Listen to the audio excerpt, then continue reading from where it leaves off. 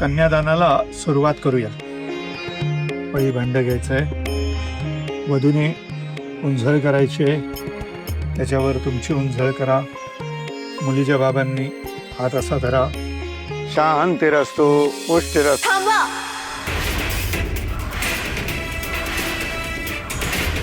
तांब्यात सुवर्ण आहे का?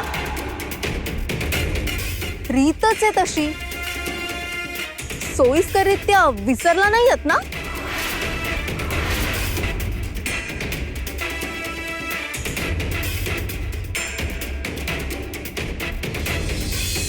काय झालं?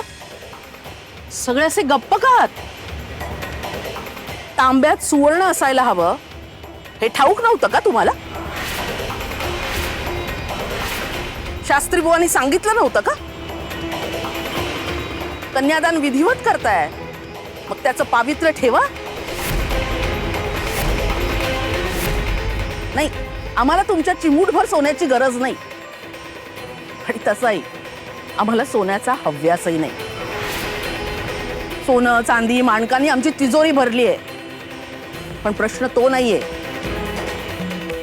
लग्न शास्त्रानुसार आणि विधिवतच व्हायला हवं। आणि शिवाप्पा, पूर्वकल्पना दिली होती आम्ही तुम्हाला,